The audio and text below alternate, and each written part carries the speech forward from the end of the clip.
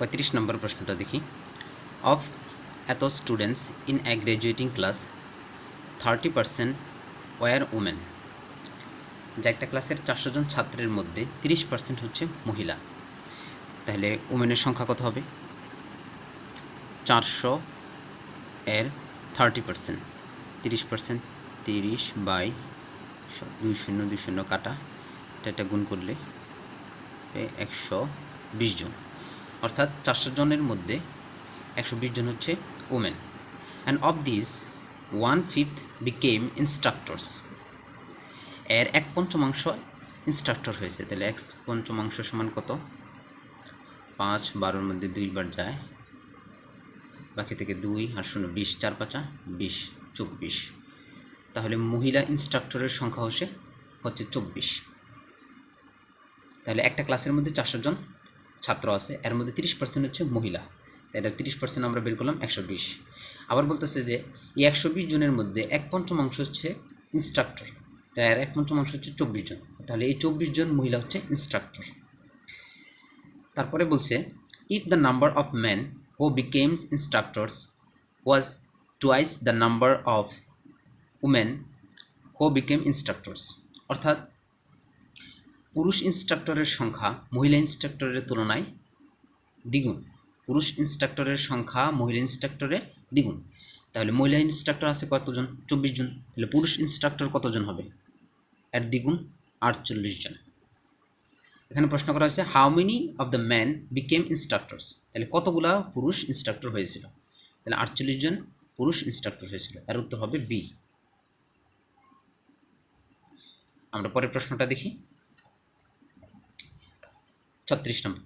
A company pays a tax of 10% on its first এত টাকা earning. একটা company তার আয়ের প্রথম 1 লাখ টাকার উপর 10% ট্যাক্স দেয়, and 15% on all earnings in excess, excess অর্থ হচ্ছে অতিরিক্ত, excess of এত টাকা, এবং 1 লাখ টাকার উপরে যত টাকা অতিরিক্ত যত টাকা আয় হয় তার উপর 15% ট্যাক্স দিতে হয়। What will be the amount of tax in টাকা ইফ ইটস আর্নিং ইজ এত টাকা? তাহলে কোম্পানির আয় যদি 2,75,000 টাকা হয়, তাহলে তাকে মোট কত টাকা ট্যাক্স দিতে হবে এটা আমাদেরকে বের করতে হবে। কোম্পানির আয় হচ্ছে 2,75,000 টাকা, তো 2,75,000 টাকার মধ্যে প্রথম 1 লাখ টাকায় তাকে ট্যাক্স দিতে হবে 10%। 1 লাখ টাকার 10% কত আসে? 20 কাটা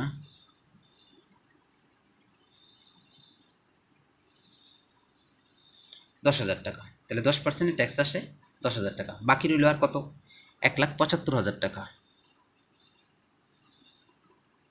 তো 1,75,000 টাকা বা 1 লাখ টাকার উপরে যে টাকাটা, এটার উপরে দেওয়া লাগে 15% ট্যাক্স, তাহলে এর 15% ট্যাক্স দিতে হবে। 15% সমান কত আসে? 0 কাটা, এটা গুণ দিই। 15 মানে হচ্ছে 10 আর 5, 10 দিয়ে যদি গুণ দিই, একটা 0 আছে আর একটা 0 যোগ হবে, আর 5 দিয়ে গুণ দিলে 5-এর 0 0, 5×5 25, হাতে আছে 2, 5×7 35, 35 আর 2 37, 37-এর 7, হাতে আছে 3, 5-একে 5, 5 আর 3 8, 5 2 হাতে আছে 1, 16 হাতে আছে 1 2, অর্থাৎ 26,000 টাকা আসবে, 26,250 টাকা। তাহলে 10% ট্যাক্স আসে 10,000 টাকা, 15% ট্যাক্স আসে এত টাকা, তাহলে সর্বমোট ট্যাক্স কত দিতে হবে? 0 5 0 0 2 0 5 0 5 2 0 2 6 0 2 2 আর 1 3, অর্থাৎ 36,250 টাকা তাকে মোট ট্যাক্স দিতে হবে। তাহলে 36-এর উত্তর হবে 36,250 টাকা, এর উত্তর হবে এ নাম্বার। পরের প্রশ্নটা দেখি। 37 নম্বর। In a season a football team has won 30 games out of 50 played, অর্থাৎ একটা ফুটবল দল 50টা খেলার মধ্যে 30টা খেলা জিতেছে। It has 46 more games to play, আরও 46টা খেলা বাকি আছে। তাহলে মোট খেলা কতটি? মোট খেলা হচ্ছে 50 আর 46, 96টি। মোট খেলার পরিমাণ হচ্ছে 96টি। তো আমরা মোট পরিমাণকে আমরা 100% দিয়ে বোঝাই আর কি। 100% বলতে কী বোঝানো হয়? কোনো কিছুর মোট পরিমাণকে বোঝায়। এখানে খেলার পরিমাণ হচ্ছে, মোট খেলা হচ্ছে 96টা, তাহলে আমরা 100% সমান কী লিখতে পারি? 96 লিখতে পারি। এরপরে বলা হয়েছে how many of this must the team win to make it's record 75% win off season. অর্থাৎ যদি তারা 75% খেলা জিততে চায় তাহলে কতগুলা খেলা আরও জিততে হবে। এখানে আমরা 96টা খেলাকে আমরা ধরে নিলাম 100%, তাহলে 1% সমান কত হবে? অর্থাৎ 75% সমান কত হবে? 25 দিয়ে কাটলে 4 25-এ 100, 3 25-এ 75,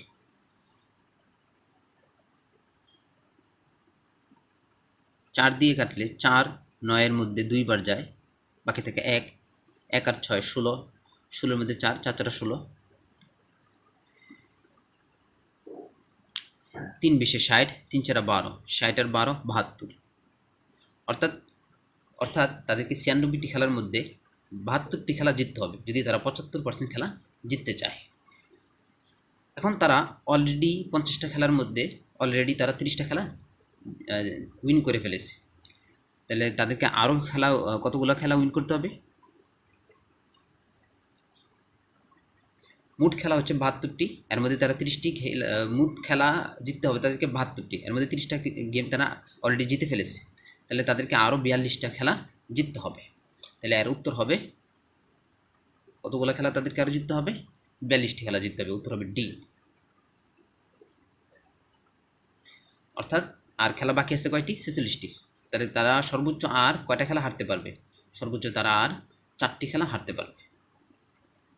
তারা সর্বোচ্চ আর 4টি খেলা হারলেও তারা কী করতে পারবে? 75% রেকর্ড করতে পারবে। পরের প্রশ্নটা আমরা দেখি, 38 নম্বর। 37 আর 38 সেম। ভিডিওটা পজ করে এটা তোমরা নিজেরা করে ফেলো। এটা উত্তর হচ্ছে সি। পরের প্রশ্নটা আমরা দেখি, 39 নম্বর প্রশ্ন। If the price of onion goes up অর্থ হচ্ছে বৃদ্ধি পাওয়া, গোজ আপ বাই 25%, অর্থাৎ পেঁয়াজের দাম যদি 25% বৃদ্ধি পায়, by how much should uses be reduce, তাহলে কী পরিমাণ ব্যবহার কমাতে হবে? In order to keep the total expense for onion as before, পেঁয়াজের ব্যবহার কী পরিমাণ কমাতে হবে যাতে করে পেঁয়াজের খরচ আগের মতোই থাকে। তো আমরা ধরে নিই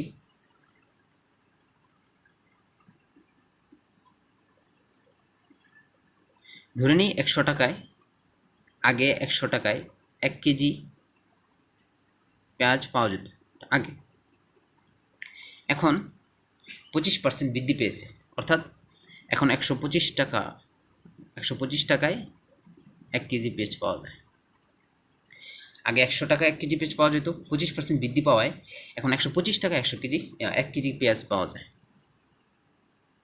তো আমি এখন চাচ্ছি যে আগে 100 টাকার পেঁয়াজ কিনতাম, এখন 100 টাকার পেঁয়াজই কিনবো, তাহলে কতটুকু পেঁয়াজ আমি পাবো? 125 টাকা যদি 1 কেজি পেঁয়াজ পাওয়া যায় এখন, তাহলে 1 টাকায় পাওয়া যাবে এতটুকু পেঁয়াজ, অথবা 100 টাকায় পাওয়া যাবে এতটুকু পেঁয়াজ। 25 দিয়ে কাটলে 5 25-এ 125, 4 25-এ 100, অর্থাৎ হবে 4/5। আর 4/5 মানে হচ্ছে 1/5 মানে 20%, 2/5 40%, 3/5 60%, 4/5 80%, অর্থাৎ আমি সম্পূর্ণ 1 কেজি পেঁয়াজ পাবো না। এখন 100 টাকা দিয়ে সম্পূর্ণ 1 কেজি পেঁয়াজ পাবো না, এখন আমি পাবো কত? 80% পেঁয়াজ পাবো, বাকি 20% পেঁয়াজ আমি পাবো না। তাহলে আমাকে 20% পেঁয়াজ ব্যবহার কমাতে হবে। এর উত্তর হবে 20%। 39-এর উত্তর হবে 20%, C.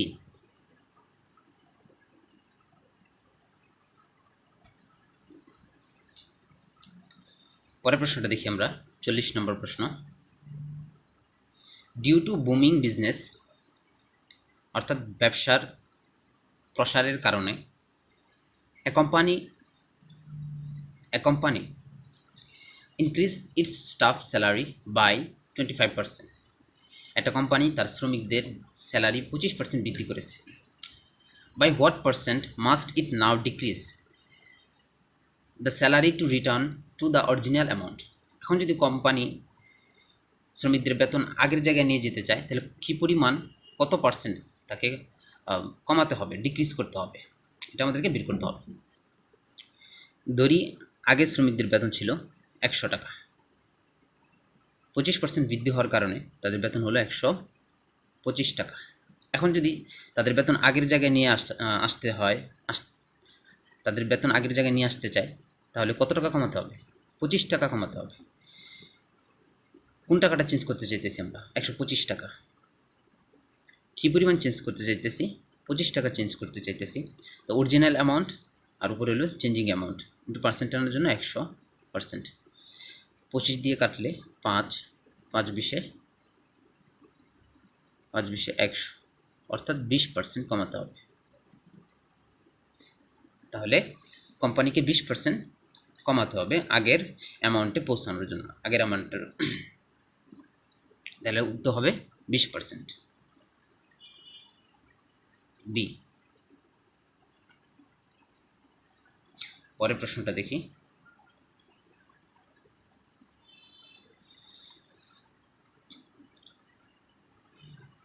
The price of sugar in 94 increased by 10% from that in 93.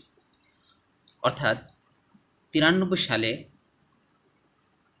চিনির দাম 93 সালের তুলনায় 94 সালে 10% বৃদ্ধি পেয়েছে। In 95 the price decreased by 5% from that in 94. অর্থাৎ 95 সালে 94 সালের তুলনায় চিনির দাম 5% হ্রাস পেয়েছে।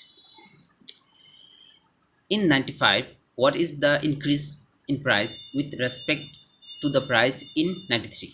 অর্থাৎ 95 সালে 93 সালের তুলনায় কী পরিমাণ, কত পার্সেন্ট মূল্য বৃদ্ধি পেয়েছে? 93 সালের তুলনায় 95 সালে কী পরিমাণ মূল্যটা, কত পার্সেন্ট মূল্য বৃদ্ধি পেয়েছে সেটা আমাদেরকে বের করতে হবে। 41 নম্বর প্রশ্ন।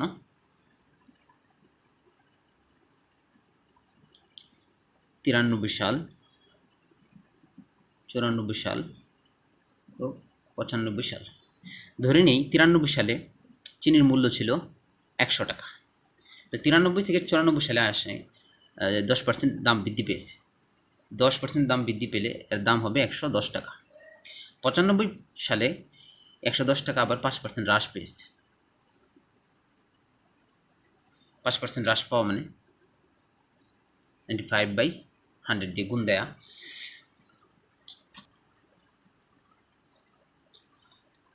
00 কাটা, 5 দিয়ে কাটলে 2, 5 9-এর মধ্যে একবার যায়, বাকি থাকে 4, 4 আর 5 45, 5 9 45, 11 আর 19 যদি আমরা গুণ করি, 11 হচ্ছে 10 আর 1, তাহলে 19-এর 10 গুণ 190, 19-এর 1 গুণ 19, 19 51 10 0 হাতে 1 2। অর্থাৎ 95 সালে চিনির দাম হবে 209/2, 200/2 অর্ধেক 100, 9-এর অর্ধেক 4.5, তাহলে হবে 104.5 টাকা। 93 সালে চিনির দাম ছিল 100 টাকা, 94 সালে 110 টাকা, 95 সালে 104.5 টাকা। তাহলে মোট কতটুকু পরিবর্তন হয়েছে? আগে দাম ছিল 100 টাকা 93 সালে, 95 সালে কতটুকু পরিবর্তন হয়েছে? 4.5 পরিবর্তন হয়েছে। Changing amount by original amount into 100 কাটা 4.5%। তাহলে এর উত্তর হবে 4.5%। 41-এর উত্তর হবে বি, 4.5%।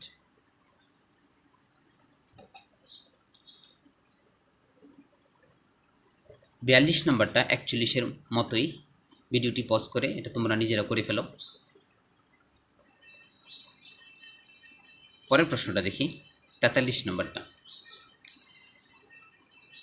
43 নম্বরটার মধ্যে বলা হয়েছে which of these is not a correct way to find 75% of 35 35-এর 75% বের করার সঠিক পদ্ধতি নয় কোনটি? অবশ্যই এটা হবে না। 75% 35-এর 75% লেখার সঠিক পদ্ধতি হচ্ছে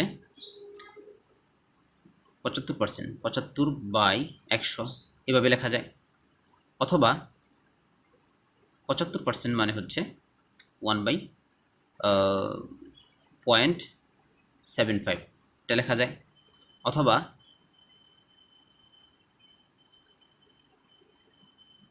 35-এর 75%কে আমরা 3/4ও লিখতে পারি।